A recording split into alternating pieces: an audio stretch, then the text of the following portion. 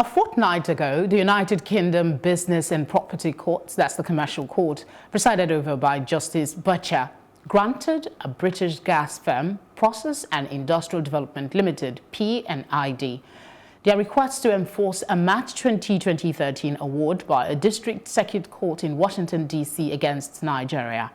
The company had accused the Nigerian government of breaching a 2010 gas supply contract agreement for the construction of a gas processing plant. This story raises a lot of questions. Why wasn't the agreement honored in the previous administration? How many more projects have we backed out of without realizing the consequences? Still with me in the studio is legal practitioner Daniel Odukwe. Thank you very much. And of course, political analyst Fumi Dosumu Ayola.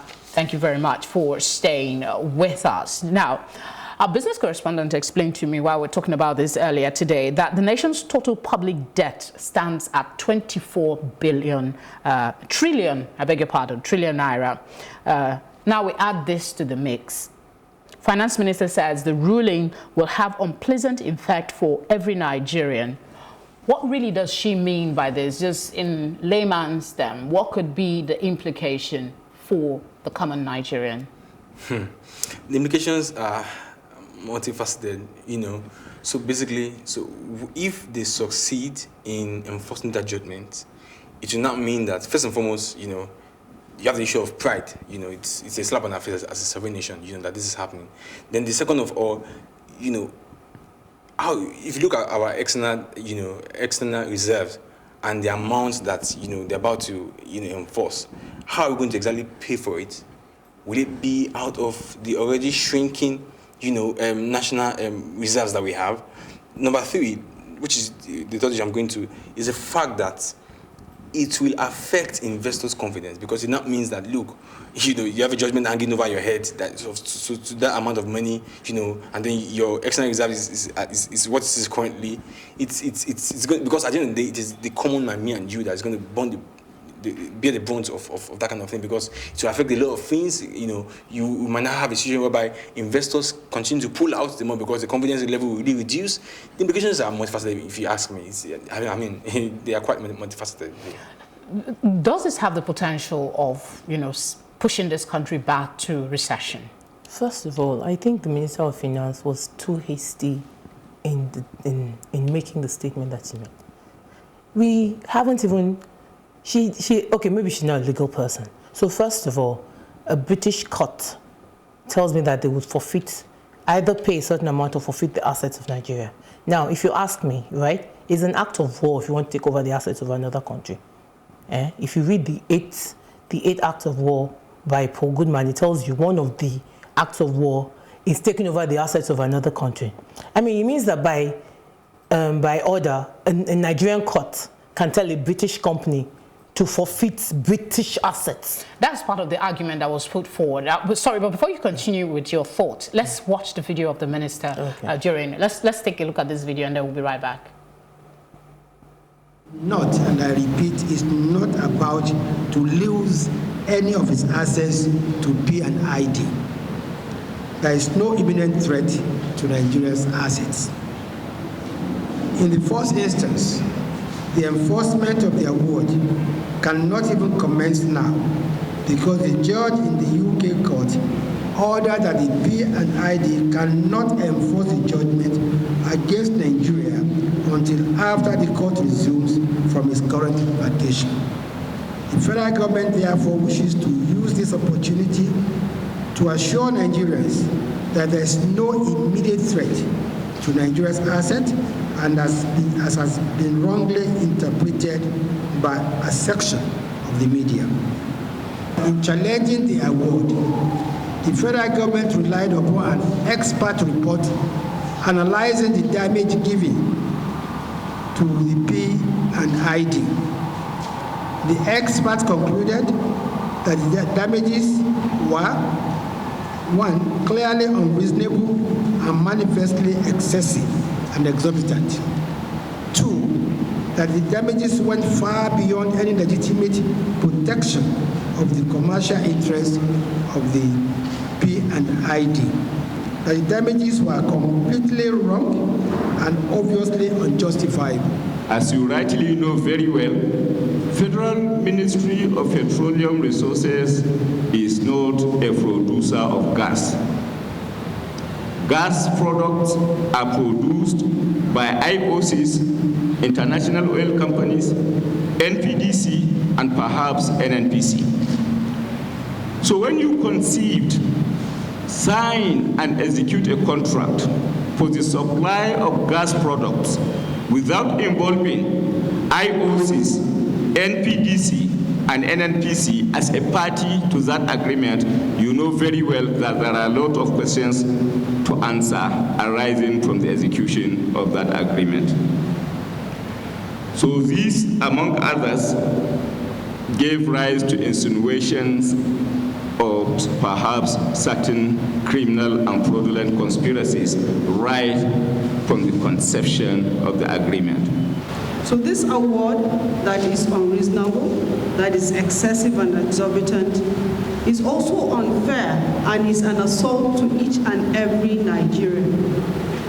It is beyond trying to compensate for a commercial interest, is an assault to each and every Nigerian. So for us in the Ministry of Finance, Budget and National Planning, we take comfort from the efforts that so far have been put in place by the Attorney General and the Minister of Justice to ensure that this judgment is set aside. The money that they want to take is the money that is our own common wealth that belongs to all of us. But it is very sad that you will find some Nigerian collaborators with some foreign interest under bogus intentions trying to defraud this country. If they have proof of their investment, we are calling on them to please come forward and provide us proof of how they invested money in this project. It was a contract that was meant to fail ab initio from the beginning. And I think we've read even some Nigerian media organizations castigate and say Nigerians should pay. This is a time for us to be patriotic and rise. If you find a fault in what Nigerian or the governor or the minister or anybody has done, stand up and say it. But not for you to collaborate and begin to join forces with people who want to defraud the country. I'm saying from our part as Central Bank, we do not have any information in our records, no evidence to show that a foreign company who came into this country deserves to be awarded $9.6 billion without investing a cent in Nigeria. Very revealing press conference. Could you speak on it and conclude your earlier thoughts? Like I was saying, as far as I'm concerned, it's the case of international criminals, international 419s trying to 419 the 419 capital of the world, if you ask me. Because, yes. That's a new one. it's true. Because, you see, if you look at it, there's probably some Nigerians involved in this scam. The first time, the initial time they went to court, they were asking for $1.9 billion, right? Pounds was the first initial, because they claimed that that's the profit they would have made over their 20-year period. I think the initial and then was 6 point something, and then the interest accumulated. No. The first time they went to court, it was 1.9 they asked for, and then they opted to 5.9. The very first review, because I actually went to go and do research on this, they said they spent $40 million initial expenses.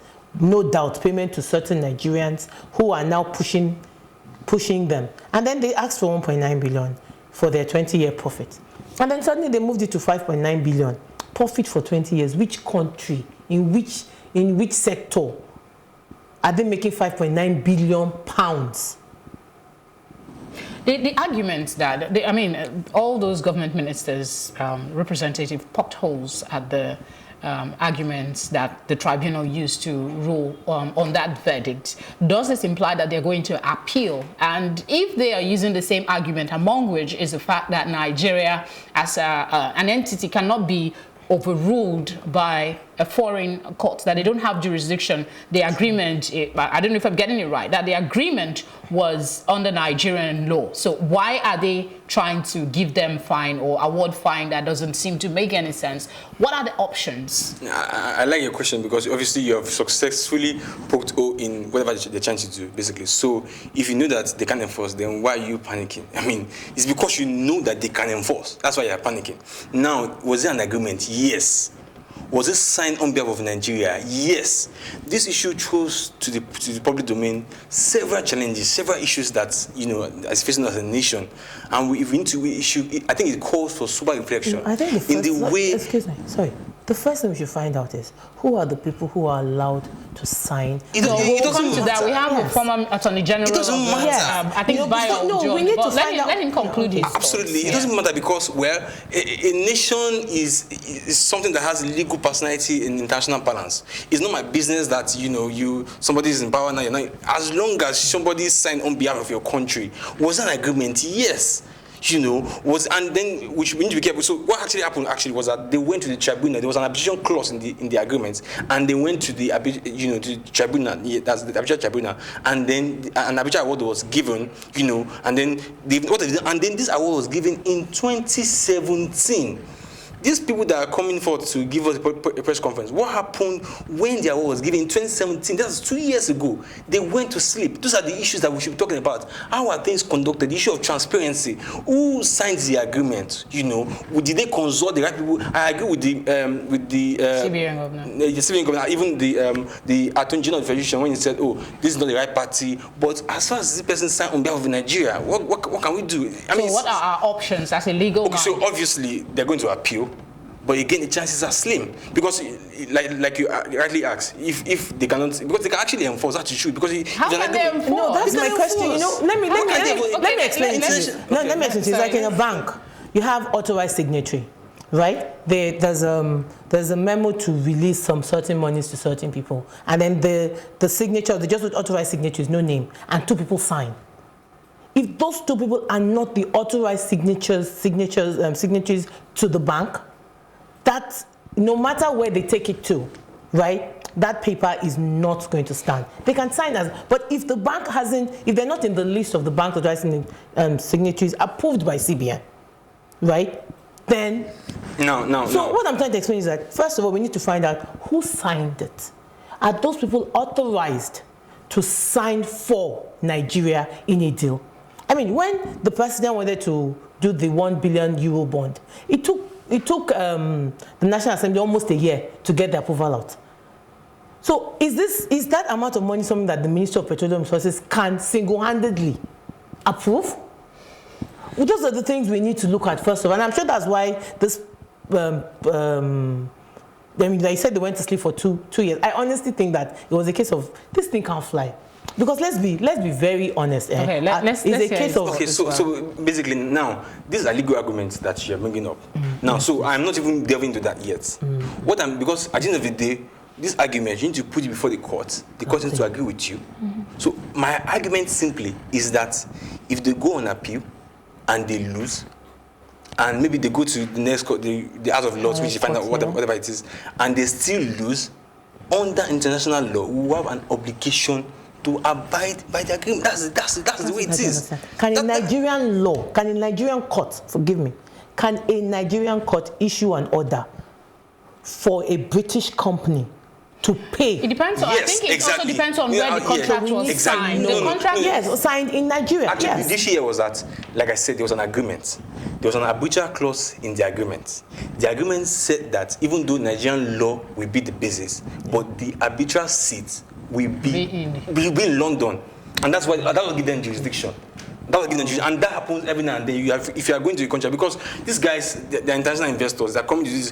If I'm an investor, I'm going to invest in any country. I also say, okay, I will try to look for things so that you will not, at the end of the day, try to, favor yourself if everything rests in your own court. So that's what happened. So that's what gives them jurisdiction. All right. So even though we said Nigerian law was going to be the applicable law, we said that the seat of this and this agreement was taken by the tribunal. It was the first issue that was taken by the tribunal. The tribunal ruled on that yes, we have power. The court, even when it got to the court in trying to enforce, the court dealt with the issue and said yes, this thing we can enforce it. So I'm just saying that every now and then, agreements are signed by nations, in their international agreements that have international dimension, and when issues like this come up, there are mechanisms under international law for the enforcement. And if care is not taken, already we have messed up this matter up to this point. If care is not taken, they will successfully implement. That's what I'm trying to say. So let us get twisted that, out of all, which part do we even have against Britain if we want to start war? That's number one. Number two, under international law, it is very possible to enforce judgment of this nature.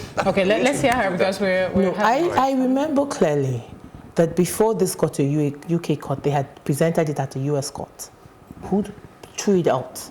That you cannot, you're talking about the sovereign assets of a nation. I don't think the court threw it out, did they? Not that they threw it out like that. Yeah.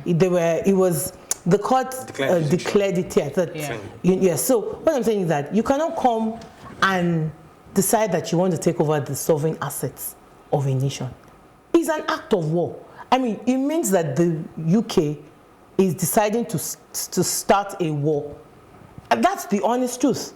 And there are so many implications from this, and that's part of the reason we're having this conversation. And one of them is the holes that was picked on this. First, that is it the Petroleum Corporation does not have the wherewithal to go and do a gas contract when the gas corporation is not there. Some of all of those things. And those who sign. My question, actually. If you allow me, do we know how many of these kind of agreements that are already, abandoning somewhere that will just... Well, let's not forget that during the period that this said contract was signed was not quite a happy time, because our president then was not in the best of health, if we remember.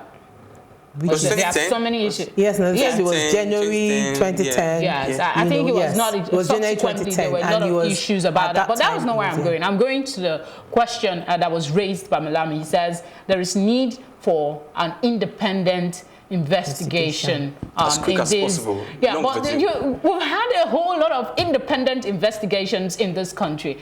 Do you, first of all, agree that we should have an independent investigation? What options do we have? That's the right thing to do in this circumstance. We need to fish out, like she said, fish out those who are inculpable, But more importantly, we need to learn from this. We need to learn from this.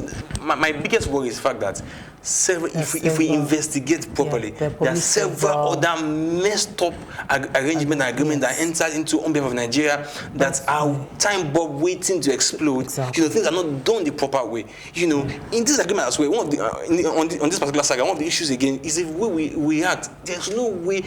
I find it unreasonable that you wait for a judgment creditor, so to speak, to try to enforce before you take action. But they have been working. The legal team, from what they said, they've been working in the background. Anyway, we don't have time again. I'll just come to for your last thoughts on this. An investigative panel. Do you see us getting a report that is implementable, that will be made open to Nigerians? Well, we actually need to. This thing affects every Nigerian across board, whether you are a leader or you're normal. We have to have an investigation, and it must be open to everybody. We must find out who are the criminals behind this thing. For a company who did not invest a dime, did not put up a single iron rod to put up a structure, and is asking for $9 billion pounds. You said something about 419 capital. Yes, now they want to 419 us now. That still resonating in my head. No. Thank you so much for coming on the program. Thank you, pleasure to have you. We'll take a short break for our Plus packages, and when we return, I'll be giving you my take. Do stay with us.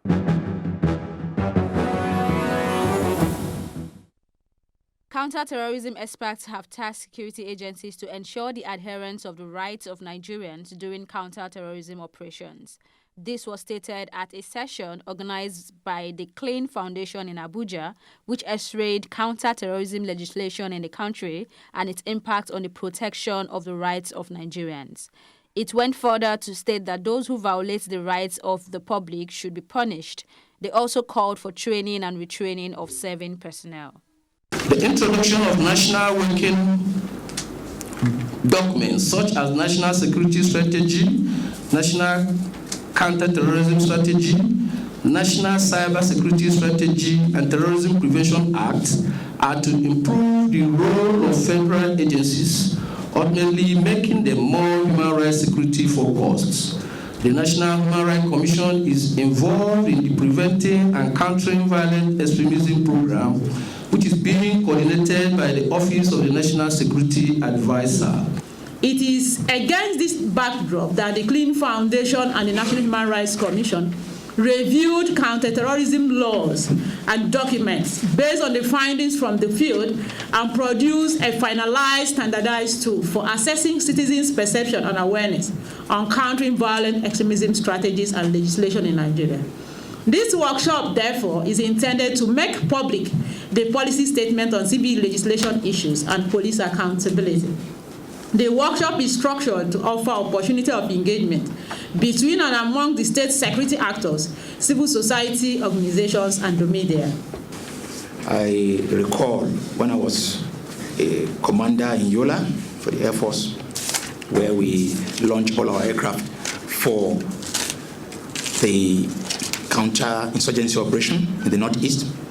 We had a training from the Human Rights Commission, and that was actually engaging with the operators right in the field to make sure that human rights have been observed while countering the insurgency. If the trust is not cemented, it means that the citizen has the intelligence base and where the security agents withdraw their strength of intelligence from will be weak. So how it can be cemented is first of all through this crisis communication that we are talking about, so that the security agents will go and do their in-house calculation and then begin to train especially the lower officers who are the ones having constant contact with these citizens. If they don't go about training and retraining them, and beyond training and retraining, equipping them very well, and then also funding them very well.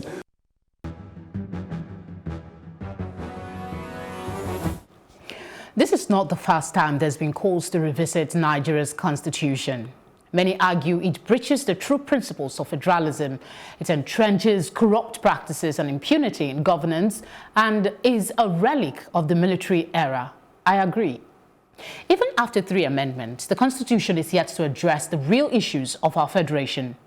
Whether we like it or not, our nation is a plural society, and if we must succeed, it must be run as such. Our freshly minted Knight Assembly, should they be so brave, must set in motion the process that will allow for the emergence of a new constitution that reflects our unique diversity. It is of vital importance that they do this. We are, as pundits like to remind us, sitting on a keg of gunpowder. I hope you enjoyed our conversation tonight. If you did, please share your thoughts via social media handles at +TV Africa. If not, still share with us why. On that note, I say thank you very much for your company tonight. Until next time, be well.